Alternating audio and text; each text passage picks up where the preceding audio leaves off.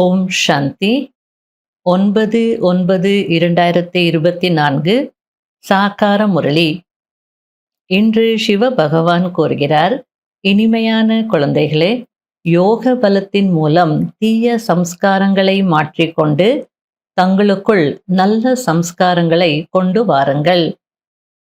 ஞானம் மற்றும் தூய்மையின் சம்ஸ்காரம் நல்ல சம்ஸ்காரமாகும். கேள்வி: குழந்தைகளாகிய உங்களுடைய பிறப்புரிமை எது? உங்களுக்கு இப்பொழுது எந்த மாதிரியான ஒரு உணர்வு வருகிறது? பதில்: முக்தி மற்றும் ஜீவன் முக்தி உங்களுடைய பிறப்புரிமை ஆகும். நாம் தந்தையுடன் வீட்டிற்கு திரும்பி செல்ல வேண்டும் என்ற உணர்வு இப்பொழுது உங்களுக்கு வருகிறது. பக்தியின் பலனான முக்தி மற்றும் ஜீவன் முக்தி கொடுப்பதற்காக தந்தை வந்திருக்கிறார் என்பதை நீங்கள் அறிந்திருக்கிறீர்கள். இப்பொழுது அனைவரும் சாந்தி தாமம் செல்ல வேண்டும். அனைவரும் தங்களுடைய வீட்டின் காட்சியை பார்க்க வேண்டும். அதாவது வீட்டுக்கு போகிறதுக்கு முன்னாடி எல்லாருக்கும் அந்த வீட்டினுடைய காட்சி கிடைக்கும். அதை பார்த்துட்டு தான் எல்லாரும் போகணும் அப்படின்றார். ஓம் சாந்தி. மனிதர்கள் தந்தையை உண்மையான வழிகாட்டி என்றும் சொல்கிறார்கள். ஆங்கிலத்தில் காட் இஸ் ட்ரூத், அதாவது இறைவன் சத்தியமானவர் என்று சொல்கிறார்கள். அதாவது அவர் உண்மையை கூறுகிறார், உண்மையை கற்பிக்கிறார், உண்மையானவராக ஆக்குகிறார் என்று சொல்கிறார்கள். இங்கு பாரதத்தில் இறைவன் உண்மையான வழிகாட்டி என்று சொல்கிறார்கள். அதாவது உண்மையானவராகவும் ஆக்குகிறார், மேலும் உண்மையான கண்டத்திற்கு சக்கரவர்த்தியாகவும் ஆக்குகிறார். முக்தியும் அளிக்கிறார், ஜீவன் முக்தியும் அளிக்கிறார். இதற்கு பக்தியின் பலன் என்று சொல்லப்படுகிறது. அதாவது அவங்க காட் இஸ் ட்ரூத் அப்படின்னு சொல்லுவாங்க. ஆமா, உண்மையானவர் தான், உண்மையை சொல்லி கொடுக்கக்கூடியவர் தான், உண்மையானவராக ஆக்கக்கூடியவர் தான். ஆனால் பாரதத்துல தான் அவர் உண்மையான வழிகாட்டி அப்படின்னு சொல்லுவாங்க. அப்படின்னா உண்மையானவர், உண்மையை கற்பிக்கக்கூடியவர், உண்மையானவர்களாக ஆக்கக்கூடியவர், கூடவே உண்மையான உலகத்திற்கு சக்கரவர்த்தியாகவும் ஆக்கக்கூடியவர். ஆகையால வித்தியாசம் இருக்குதானே அப்படின்றது. குழந்தைகளாகிய உங்களுக்கு இப்பொழுது நாம் நம்முடைய வீட்டிற்கும் செல்வோம், பலனும் கிடைக்கும் என்ற ஃபீலிங் வருகிறது. அதாவது அந்த உணர்வு வருகிறது. குழந்தைகளாகிய உங்களுக்கு தந்தையிடம் இருந்து இந்த பிறப்புரிமை கிடைக்கிறது. தந்தையினுடையவர் ஆகுவதினால் 2 விஷயங்களும் பிராப்தியாகிறது. அதாவது முக்தி மற்றும் ஜீவன் முக்தி. அது ராவணனுடைய பர்த்ரைட், இது பரம்பிதா பரமாத்மாவின் பிறப்புரிமை. இது பகவானின் பிறப்புரிமை, அது ஷைத்தானின் பிறப்புரிமை. இதுபோல் கொஞ்சம் புரியும் வகையில் எழுத வேண்டும். இப்பொழுது குழந்தைகளாகிய நீங்கள் சொர்க்கத்தை ஸ்தாபனை செய்ய வேண்டும். எவ்வளவு வேலை செய்ய வேண்டி இருக்கிறது. ஆனால் இப்பொழுதோ இன்னும் சின்ன குழந்தைகள் போல் இருக்கிறீர்கள். எவ்வளோ பொறுப்பு இருக்கு, நீங்க செய்ய வேண்டியது எவ்வளோ இருக்கு. ஆனா நீங்களும் உங்களுடைய ஆக்டிவிட்டீஸும் சம்ஸ்காரமும் பார்த்தா இன்னும் சின்ன குழந்தைகள் போலவே இருக்கிறீங்க. அதனால உணர்த்துறார், நீங்க இவ்வளோ விஷயங்கள் செய்ய வேண்டியிருக்கு அப்படின்றார். ஷைத்தானிடமிருந்து என்ன ஆஸ்தி கிடைக்கிறது? 5 விகாரங்கள் கிடைக்கிறது. அதை அப்படியே வெளிப்படுத்தவும் செய்கிறார்கள். தமோ பிரதானமாக ஆகிவிடுகிறார்கள். இன்னைக்கு உலகம் அல்லது ஃபிலிம் இண்டஸ்ட்ரியே என்ன இருக்கிற விகாரங்களை அப்படியே வெளிப்படுத்திட்டு இருக்காங்க. அட்வர்டைஸ்மெண்ட் இண்டஸ்ட்ரி ஆகட்டும், ஃபிலிம் இண்டஸ்ட்ரி ஆகட்டும், எல்லாமே விகாரங்களை வெளிப்படுத்தக்கூடிய ஒரு இண்டஸ்ட்ரியாக இருக்குது. அதை தான் மக்கள் ஃபாலோ பண்ணுறாங்க, அந்த ஃபேஷன் தான் செய்கிறாங்க. ஆகையால தமோ பிரதானம் ஆயிட்டாங்க அப்படின்றார்.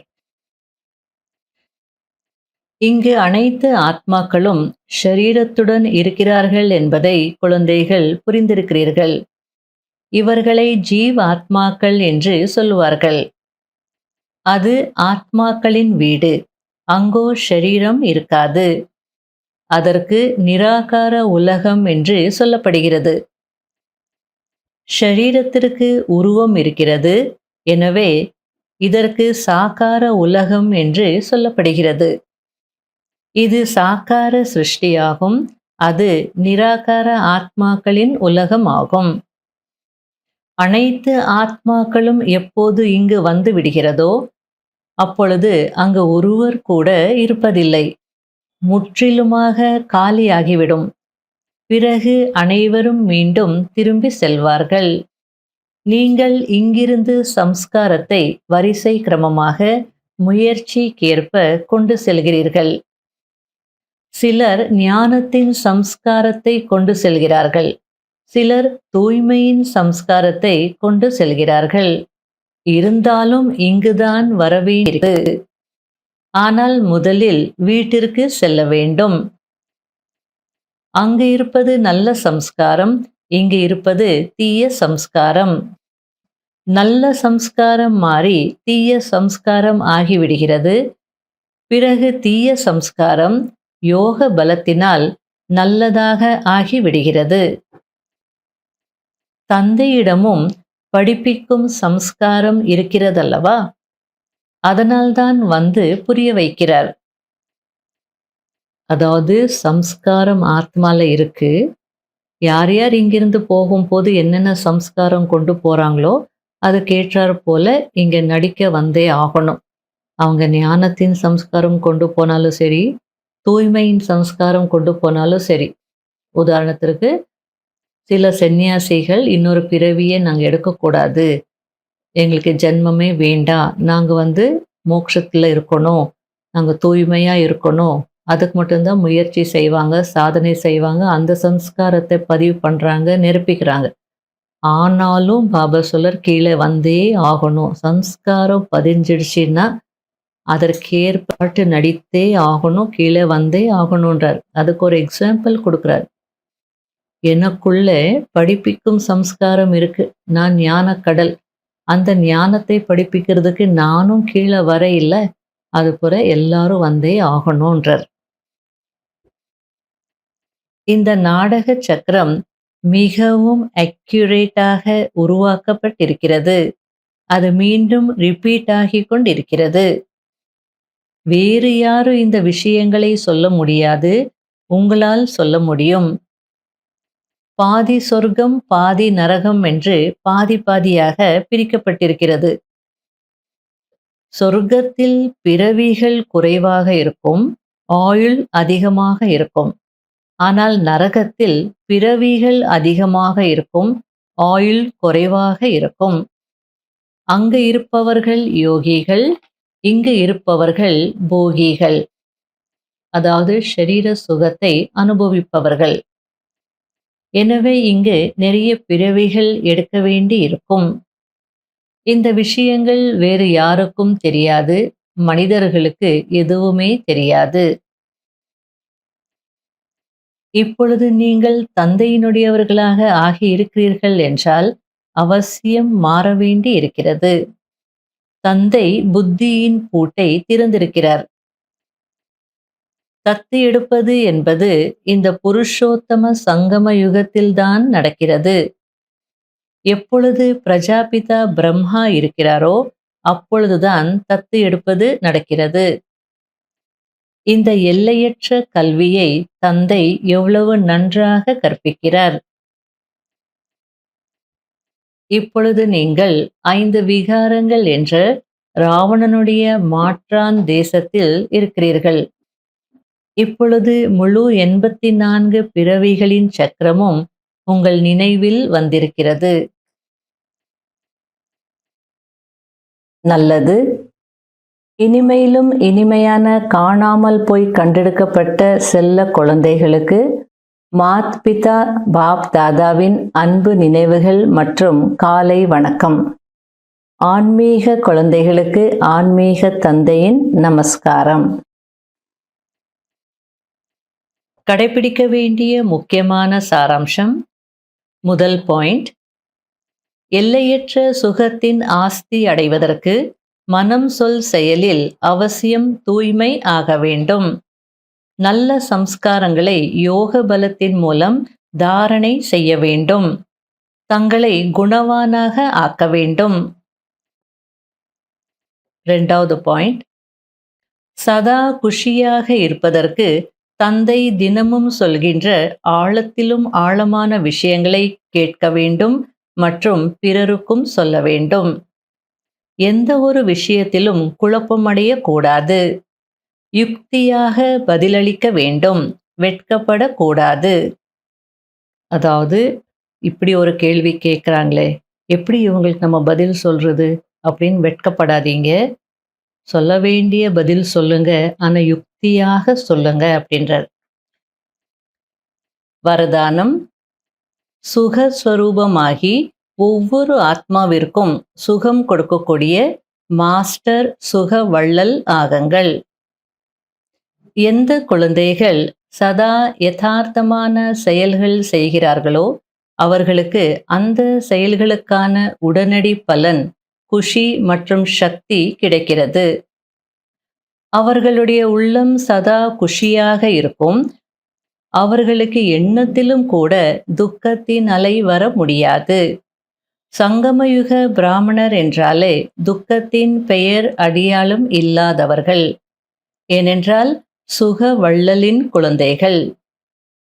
அப்படிப்பட்ட சுகவள்ளலின் குழந்தைகள் சுயம் மாஸ்டர் சுகவள்ளலாக இருப்பார்கள். மேலும் அவர்கள் ஒவ்வொரு ஆத்மாவிற்கும் சதா சுகம் கொடுப்பார்கள். ஒருபோதும் துக்கம் கொடுக்கவும் மாட்டார்கள், பெறவும் மாட்டார்கள். ஸ்லோகன், மாஸ்டர் வள்ளலாகி ஒத்துழைப்பு, அன்பு மற்றும் அனுதாபம் காட்டுவது, இதுதான் இரக்கமனமுடைய ஆத்மாவின் அடையாளம் ஆகும். இன்றைய அவ்யக்த சமிகை, இச்சை அல்லது ஆசை என்றாலே தொந்தரவுதான். ஆசை ஒருபோதும் நல்லவராக ஆக விடாது. ஏனென்றால் அழியக்கூடிய ஆசை பூர்த்தி ஆகுவதின் கூடவே அநேக ஆசைகளுக்கு பிறப்பு கொடுக்கிறது. எனவே ஆசைகளின் சக்கரத்தில், அதாவது சிலந்தி தன் வலையில் மாட்டிக்கொள்வது போல் மாட்டிக்கொண்டு விடுகிறார்கள். அதாவது சிலந்தி எப்படி தன்னுடைய வலையிலேயே மாட்டிக்குதோ அதே போல யாருக்கு ஆசை இருக்குமோ அவங்களுடைய ஆசைகள் என்ற வலையிலேயே மாட்டிப்பாங்க. ஒரு ஆசை பூர்த்தி ஆகுதுன்னா இன்னொன்று வரும், அது பூர்த்தி ஆகுதுன்னா அநேக ஆசைகள் வந்துக்கிட்டே இருக்கும். அது ஒரு வலை மாதிரி ஆயிடும், அதுலேயே மாட்டிப்பாங்க. விடுபட விரும்பினாலும் விடுபட முடிவதில்லை. எனவே இந்த வலையில் சிக்கியிருக்கும் உங்களுடைய சகோதரர்களை அழியக்கூடிய ஆசை என்றால் என்னவென்றே தெரியாதவர்களாக ஆக்குங்கள். ஓம் சாந்தி.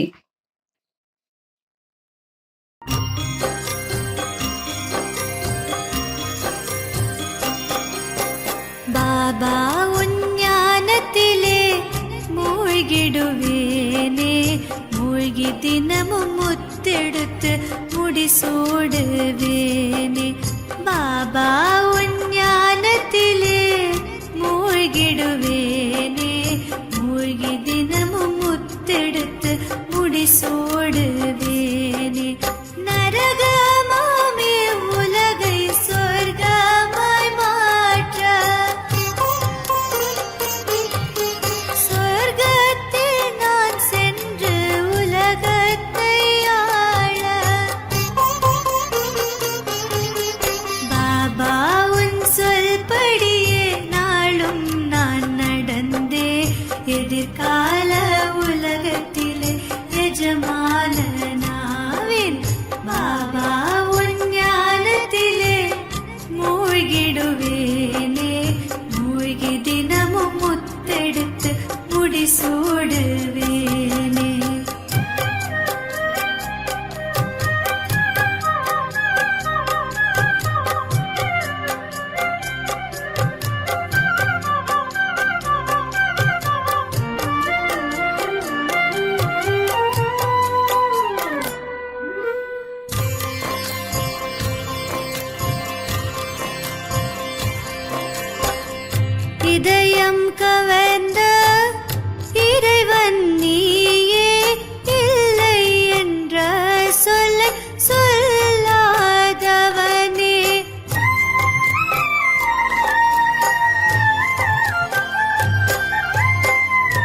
இதயம் கவர்ந்த இறைவன் நீயே, இல்லை என்ற சொல்லை சொல்லாதவனே,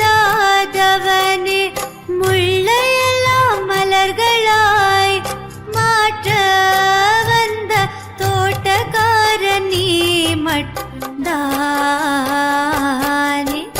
பாபா உன் ஞானத்திலே மூழ்கிடுவேனே, மூழ்கி தினமும் முத்தெடுத்து முடிசூடுவேனே.